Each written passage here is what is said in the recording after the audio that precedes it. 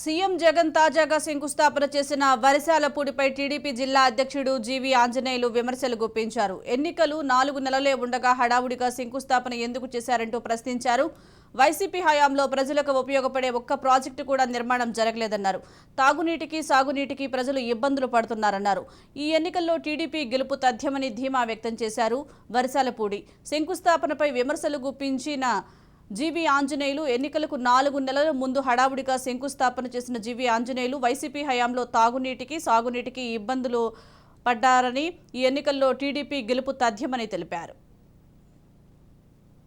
మోహన్ రెడ్డి గారు మాచర్ల నియోజకవర్గంలో వెల్దుర్తి మండలంలో గంగిరెడ్డిపల్లి అనే గ్రామంలో ఇవాళ శంకుస్థాపన చేయడానికి ముందుకు రావడం జరిగింది. మరి ఎన్ని ప్రభుత్వాలు వచ్చినా కానీ అక్కడ శంకుస్థాపన చేస్తున్నారు, ఆ ప్రాజెక్టు పూర్తి చేయకుండా వెళ్ళిపోయే పరిస్థితుల్లో ఉన్నారు.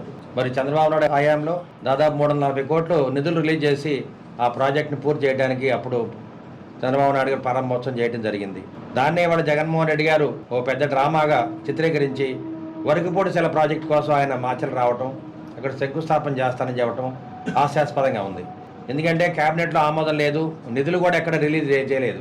అదేవిధంగా చంద్రబాబు నాయుడు గారు ఎప్పుడైతే 340 కోట్లు ఏ నిధులైతే ఆయన రిలీజ్ చేశారో ఆ నిధులు వాడుకోవడానికి పక్కదారి పట్టించడానికి వాళ్ళ ఎలక్షన్ దగ్గర ఉన్న టైంలో ఇక్కడ శంకుస్థాపన చేయడం అనేది జగన్మోహన్ రెడ్డి గారిని ఎవరు నమ్మరు. చంద్రబాబు నాయుడు గారు ఆ రోజు 340 కోట్ల రూపాయల నిధులు కేటాయించారు, క్యాబినెట్లో ఆమోదం పెట్టారు.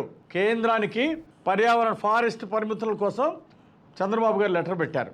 రాష్ట్ర ప్రభుత్వం నుండి అన్ని చర్యలు తీసుకుంది ఆనాడు తెలుగుదేశం ప్రభుత్వం. 340 కోట్లు విడుదల చేసింది. టెండర్ పిలిచి పనులు ప్రారంభిస్తే ఈరోజు మీరు కాంట్రాక్టర్ని మార్చారు. చంద్రబాబు గారు ఇచ్చిన నిధులు రూపాయి కూడా ఖర్చు పెట్టకపోతాం సిగ్గుసేటి ప్రభుత్వానికి. మీకు చిత్తశుద్ధి ఎక్కడని అడుగుతున్నా.